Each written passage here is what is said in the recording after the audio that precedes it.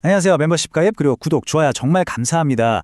자, 여러분, 세계적인 거래소 크라켄이 딱 한 단어를 남겼습니다. 바로 체인이라는 단어인데요. 오늘 우리는 바로 이 작은 단서 하나에서 시작해서 지난 10년 동안 한 천재가 얼마나 치밀하게 거대한 계획을 설계해 왔는지 그 실체를 한번 추적해 볼 겁니다. 그리고 마침내 그가 이 세상을 어떻게 바꾸려고 하는지 그 현장을 함께 목격하게 될 거예요.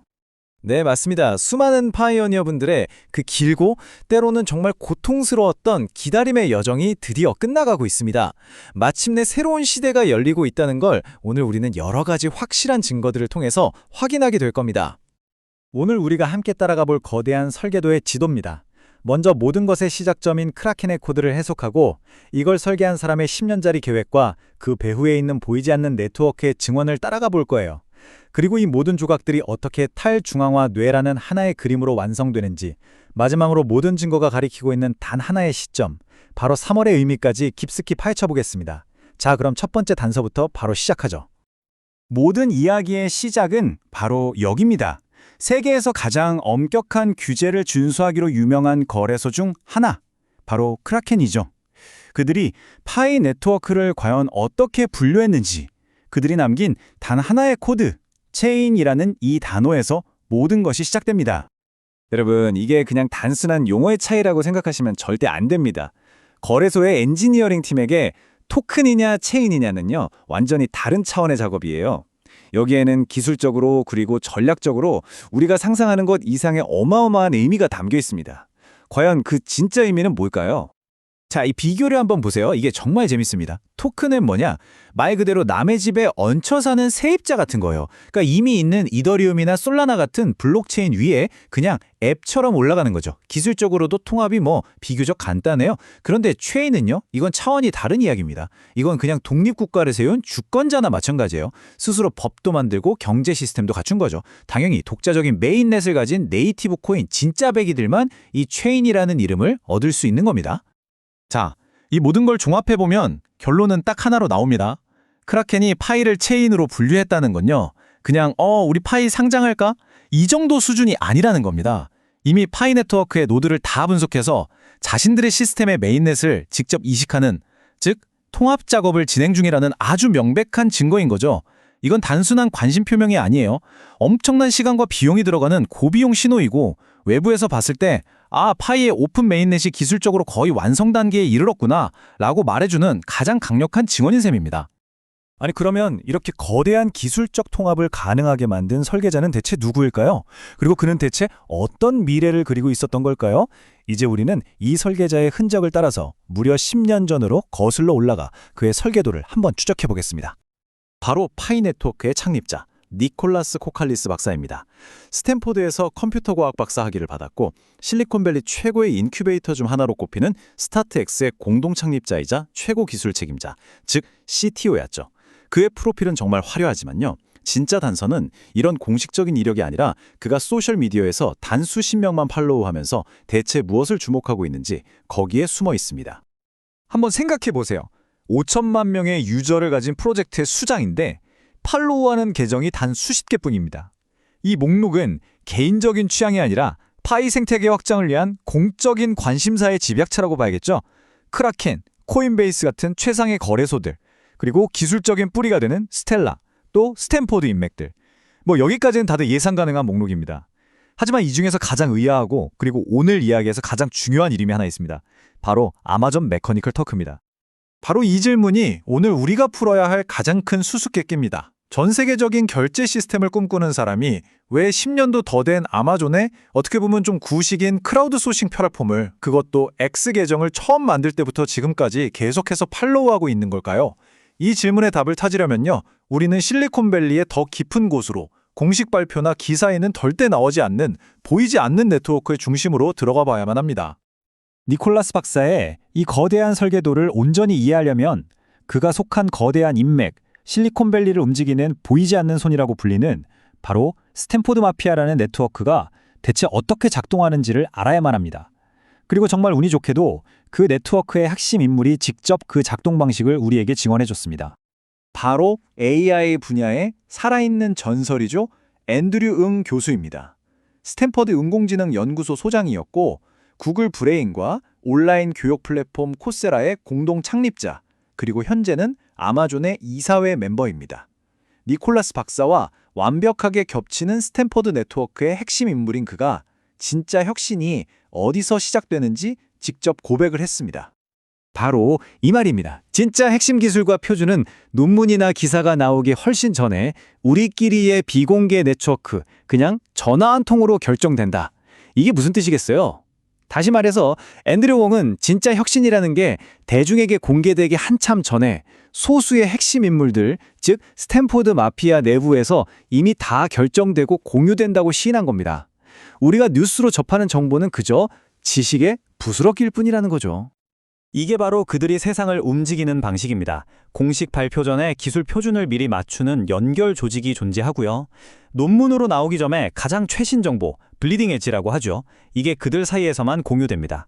그리고 내부적으로 합의가 딱 끝나면 시장의 허락 같은 건 기다리지 않고 그냥 바로 구축해버리는 겁니다. 니콜라스는 바로 이 네트워크의 중심에서 스타트X의 CTO로서 기술적인 신뢰를 완벽하게 확보한 인물이에요. 그러니까 파이의 그 길었던 침묵은 개발이 늦어졌던 게 아닙니다. 바로 이 거대한 네트워크 내부에서 미래 AI와 로봇 경제의 금융, 그리고 연산 표준을 맞추는 시간이었던 겁니다. 이제 모든 조각들이 딱딱 맞춰지기 시작합니다. 크라켄이 남긴 체인이라는 코드, 니콜라스가 아마존을 계속 주시하고 있었던 이유, 그리고 스탠퍼드 마피아의 보이지 않는 손, 이 세 가지 요소가 모여서 하나의 거대한 뇌를 깨우고 있습니다. 그 뇌의 이름이 바로 요즘 가장 핫한 디핀, 탈중앙화 물리적 인프라입니다. 좀 어렵게 들릴 수 있는데 쉽게 말하면 이런 거예요. 아마존이나 구글이 수십조 원을 들여서 짓는 거대한 중앙 데이터 센터 있잖아요. 그걸 전 세계에 흩어져 있는 수많은 개인들의 컴퓨터나 서버 자원을 블록체인으로 묶어서 대체하는 모델입니다. 파이 네트워크의 본질, 그 수십만 개의 파이 노드가 바로 이 디핀 그 자체인 거죠. 그리고 바로 이것이 니콜라스의 10년짜리 설계도입니다. 정말 놀랍지 않나요? 그는 스탠포드 박사 시절 자기 연구를 위해서 아마존 MT워크를 직접 사용하면서 중앙 모델의 비효율성과 한계를 뼈저리게 분석했습니다. 그리고 스타트X의 CTO가 되어서는 아마존 웹 서비스, 즉 AWS의 막대한 지원을 받아서 파이의 초기 서버, 말하자면 기술적 탯줄을 연결했어요. 그리고 이제 10년이 흘러서 파이의 노드 네트워크는 AWS의 그 막강한 연산 능력과 MT워크의 인간 지능망을 동시에 대치하는 거대한 탈중화와 대안으로 성장한 겁니다. 한마디로 아마존의 심장부에서 아마존의 자원으로 아마존을 넘어설 인프라를 키워낸 것이죠. 이것이 바로 그 장대한 계획의 실체입니다. 보세요. 아마존이라는 중앙 집중형 뇌는 AWS 데이터 센터라는 컴퓨팅 자원과 MT터크라는 인적 자원으로 움직입니다. 반면에 파이라는 탈중앙화 뇌는 전 세계 35만 개가 넘는 파이 노드가 컴퓨팅 자원이 되고 KYC를 통과한 우리 같은 인간 검증자들이 인적 자원이 되는 거죠. 그리고 가장 중요한 차이점. 아마존에서는 데이터의 소유권과 그로 인한 이익을 기업이 독점하지만 파이 네트워크에서는 그 데이터를 제공하고 검증하는 파이오니어들이 데이터 자본가가 되어서 그 소유권을 갖게 됩니다. 그리고 이 계획은 정말 놀랍도록 잘 맞아떨어집니다. 파이 네트워크는 결국 AWS의 대규모 관리 능력과 탈중앙화 노드의 물리적 근접성, 이걸 엣지 컴퓨팅이라고 하는데요. 이 둘의 장점만 쏙쏙 뽑아 결합한 인류 역사상 가장 거대한 하이브리드 인공지능 인프라를 목표로 하고 있는 겁니다. 미래의 로봇과 AI 에이전트들이 활동하게 될 새로운 인프라가 바로 이렇게 탄생하고 있는 거죠. 자, 이 모든 거대한 설계도가 10년이라는 긴 시간을 거쳐서 완성되는 시점이 이제 정말 코앞으로 다가왔습니다. 지금까지 우리가 추적해온 모든 기술적인 신호, 인적 네트워크의 신호가 단 하나의 시점, 바로 3월이라는 한 달을 정확하게 가리키고 있습니다. 첫 번째 신호는 바로 기술적 준비가 완료됐다는 겁니다. 최근 파이 네트워크는 메인넷 V2.3로의 업데이트를 마쳤습니다. 이게 무슨 뜻이냐면요. 이더리움처럼 앱을 구동하는 스마트 컨트랙트 환경, 즉 소로반과 대규모 KYC 시스템을 본격적으로 가동할 기술적인 기반이 완벽하게 완성되었다는 아주 명백한 신호입니다. 그리고 바로 어제 이 모든 가설의 마침표를 찍는 결정적인 마지막 퍼즐 조각이 공개됐습니다. 파이 코어 팀이 공식적으로 KYC 검증자들에 대한 보상이 이번 분기 말 즉 3월 말까지 배포될 예정입니다 라고 발표한 겁니다. 여러분, 이건 절대로 그냥 보너스 줍니다 이런 이벤트가 아닙니다.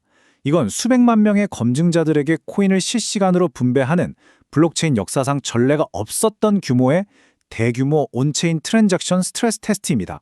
동시에 파이 네트워크라는 탈중앙 경제 엔진의 공식적인 첫 가동을 의미하는 거죠.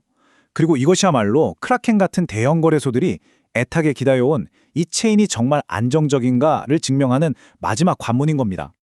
이제 모든 그림이 완벽하게 완성됐습니다. 코어팀은 3월에 내부 경제 시스템을 가동시키면서 메인넷의 안정성을 최종적으로 증명합니다. 바로 그 시기에 크라켄은 체인 통합을 완료하면서 외부 세계로 통하는 금융의 관문을 열 준비를 마칩니다. 그리고 이 모든 것에 기반이 되는 V-3 기술은 이미 준비가 끝났죠. 코어팀, 거래소, 기술, 이 모든 것이 바로 3월이라는 단 하나의 지점에서 만나고 있는 겁니다.